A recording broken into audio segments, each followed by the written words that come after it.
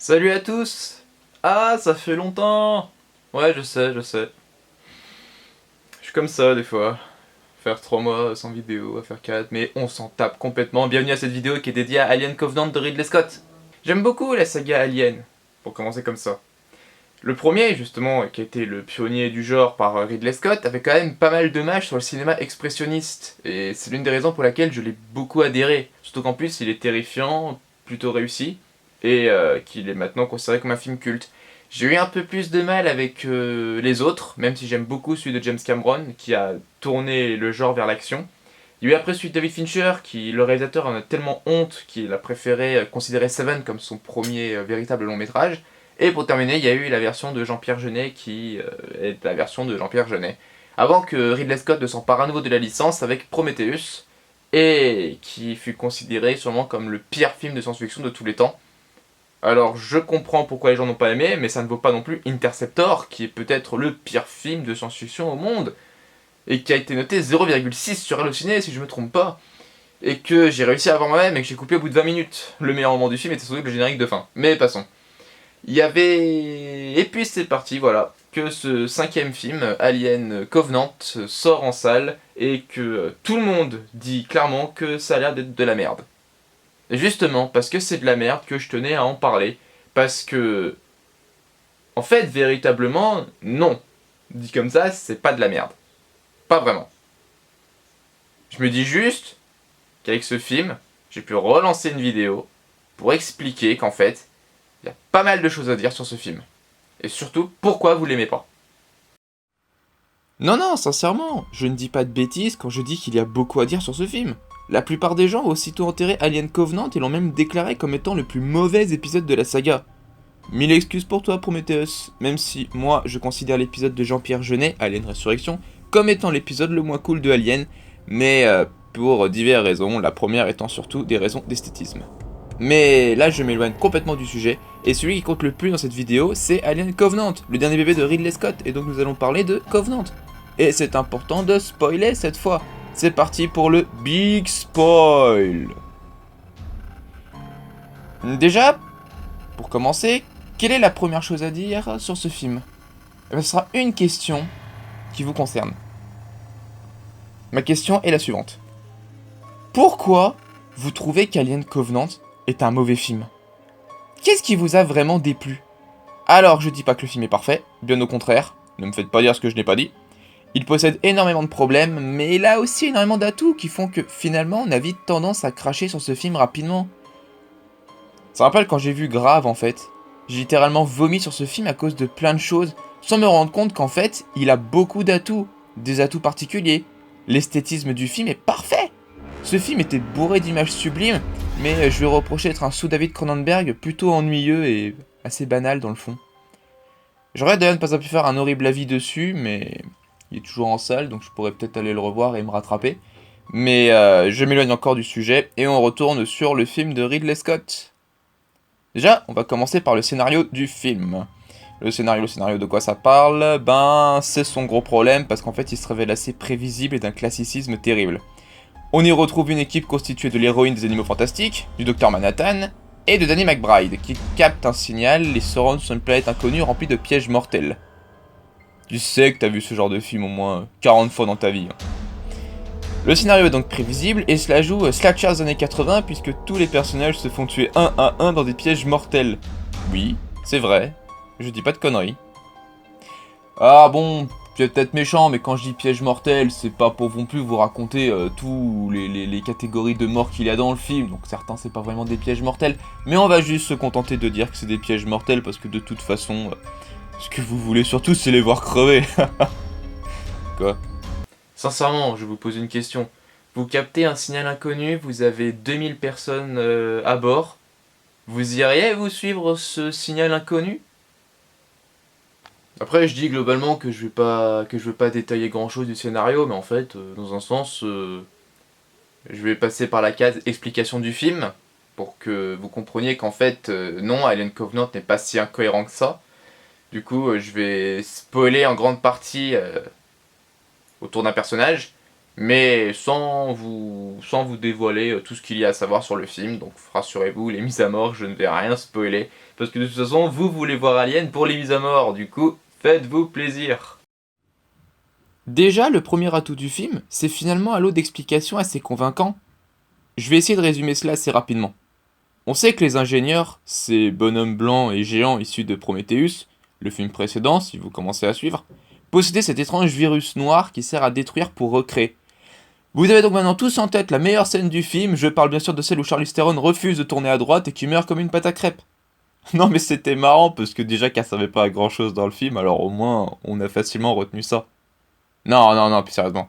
Je parle en fait de cette scène où un ingénieur que nous appellerons Dark Sidious, pour des raisons d'auteur, avale un liquide noir, se décompose et ses cellules flottent dans l'océan. La race humaine est ainsi créée. Oui, donc certains d'entre vous sont nés d'un pouce, d'un œil ou même d'un zizi de cet ingénieur. Bref, Dark Sidious et les ingénieurs disparaissent subitement, tandis que l'équipe du Prometheus cherche qui les a créés. Cependant, la mission du Prometheus n'est pas réellement de trouver qui les a créés, mais plutôt de comment créer la vie. Et ainsi, David, le beau et ténébreux Michael Fassbender, oh qu'est-ce que tu es beau, androïde de service, qui joue les scientifiques fous pour créer la vie grâce à ce liquide noir, David, que nous appellerons Android 1 pour des raisons que vous découvrirez en voyant le film Alien Covenant, réussit à intercepter le processus de ce virus et le détourne pour en faire une arme de destruction massive. Parce que non, la bombe nucléaire n'était pas déjà suffisante. Une arme.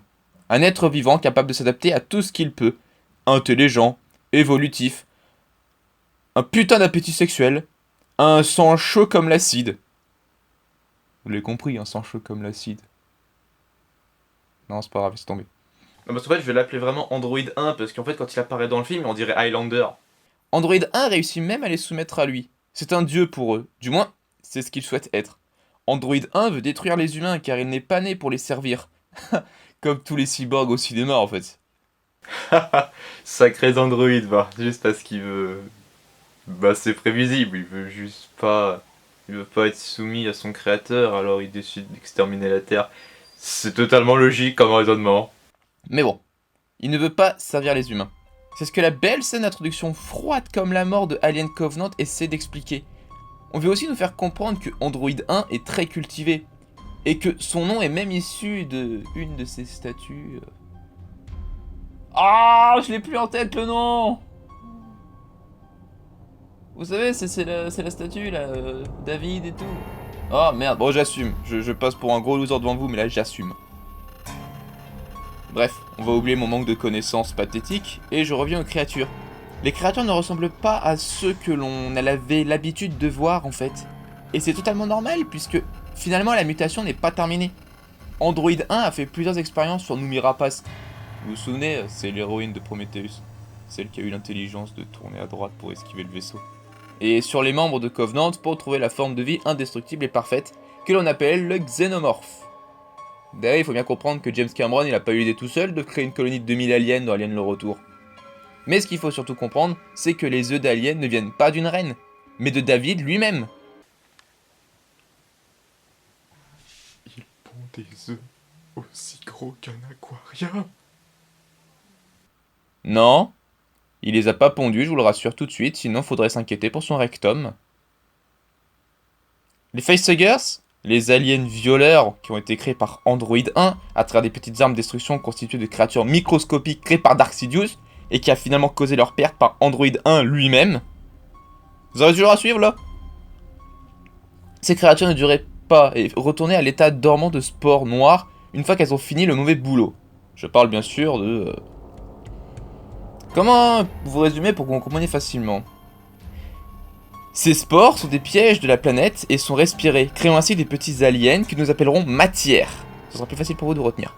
Et c'est grâce à cette matière que Android 1 conçoit sa créature ultime. Android 1 connaît déjà l'ingrédient manquant de matière pour créer le xénomorphe, et c'est dans ce but précis que l'horreur du film commence. Le xénomorphe, quand il sera créé, n'aura qu'un but: éliminer la race humaine. La raison pour laquelle le chat de Ripley dans le 8ème passager ne soit pas une victime de l'alien. Non, ce chat n'était pas un figurant. Alors, est-ce que vous avez tout compris? Je pense. On va dire que oui. Il est quand même moins dur à comprendre que A Cure for Life, excellent film mais qui nécessite des visionnages et dont je regrette aussi de ne pas avoir pu faire un horrible avis. Surtout qu'en fait, je l'avais déjà préparé, mais je l'ai jamais sorti parce que voilà, c'était la grève. Dans tous les cas, le scénario s'avère surtout le deuxième épisode d'une trilogie lancée par Prometheus, mais laisse encore quelques questions en suspens. Mais en fait, ça, on s'en fout complètement. Je pense par exemple à la question de, finalement, les ingénieurs, pourquoi ils ont créé les humains, et aussitôt ils voulaient les détruire. Même si Alien Covenant, finalement, pose des réponses qu'en fait, on n'en voulait pas vraiment qu'il y avait dans Prometheus. Par exemple, pourquoi il éclate la gueule de Android 1 à un moment donné dans le premier. Mais bon. En fait, je pense que le gros défaut du film, en oubliant le fait que certains personnages sont bêtes comme leurs pieds, et le Dr Manhattan ne fait pas exception à la règle, c'est surtout de s'appeler Alien Covenant. D'avoir le mot alien dans le titre, et d'avoir sa gueule sur une affiche. Ah forcément, on tombe sur un film à la limite de la philosophie assez lent dans son rythme, et non sur le film vendu terrifiant par la production. On a tendance à penser que le film le plus culte de cette saga est le deuxième, dans lequel Sigourney Weaver explose les aliens comme des poux de pain à viande. Et il est compréhensible qu'on attendait ce style pour Covenant, mais qui n'est pas non plus le prequel qui marque le commencement du 8ème passager. Pour ça, il faudra encore attendre. Après, le film possède plusieurs atouts. Un montage solide accumulant les longs plans, des couleurs rappelant le premier de la saga, une musique belle, forcément c'est du Wagner, et des beaux plans, mais qui sont potentiellement rares. Je vais aussi parler rapidement d'un défaut du film, qui est vraiment dommage. Mais c'est autour un peu de l'ego trip de Ridley Scott. Il a un certain égocentrisme durant ce film, et ça se sent. C'est vraiment l'idée qu'en fait, il trouve littéralement que James Cameron, David Fincher et Jean-Pierre Jeunet ont tellement fait de la merde sur sa saga, que finalement, il reprend clairement des trucs venant des 3 autres films, mais avec un tel égocentrisme de se dire, de toute façon, c'est moi qui ai créé cette saga, c'est moi qui sais faire les choses. Alors qu'en fait, pas vraiment, puisque James Cameron a quand même lancé quelque chose. On oublie Fincher et Jean-Pierre Jeunet, mais Cameron, il a réussi à lancer quelque chose qui a fait lever la saga Alien bien au-delà d'un film d'horreur. Là, clairement, je me suis dit, s'il allait reprendre du Paul W.S. Anderson avec Alien vs Predator dans Alien Covenant, ça m'aurait vraiment pas gêné. Parce que, finalement, les scènes d'action du film reposent dans des choses qu'on a déjà vues dans les autres Aliens, mais que Ridley Scott essaie de faire en mieux. Mais pourquoi faire quelque chose de mieux quand finalement c'était plutôt bien fait avant ? On peut aussi lui reprocher finalement que l'alien est assez anecdotique, mais c'est justement quelque chose que je trouve surprenant. Non seulement son apparition montre qu'il en impose, mais en plus il permet de redécouvrir la saga avec un autre point de vue, celui des androïdes. Et oui !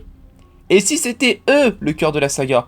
Android 1 s'avère être le premier androïde principal, c'est pour ça qu'on l'a appelé Android 1, et nous fait rappeler que ce sont des méchants comme Ash, et non des gars super cool comme Android 2 et Bishop dans le deuxième Alien. Ah, je vous ai pas parlé de Walter, Android 2 du Covenant. Non ? Eh bah vous le saurez en allant découvrir le film, mais je vous garantis qu'il y a une scène dont vous allez vous rappeler longtemps. Décidément ce Fassbender, mais quel acteur. Bon, après c'est vrai que les combats dans le film contre l'alien et les matières sont quand même assez mal foutus, et c'est vrai que si on retient ça du film, c'est vraiment pas gagné. Hein. Non parce que on espérait quand même tous un moment où c'est imposant, où la tension est à son comble. Et cette scène où la tension est à son comble est quand même littéralement à chier en fait.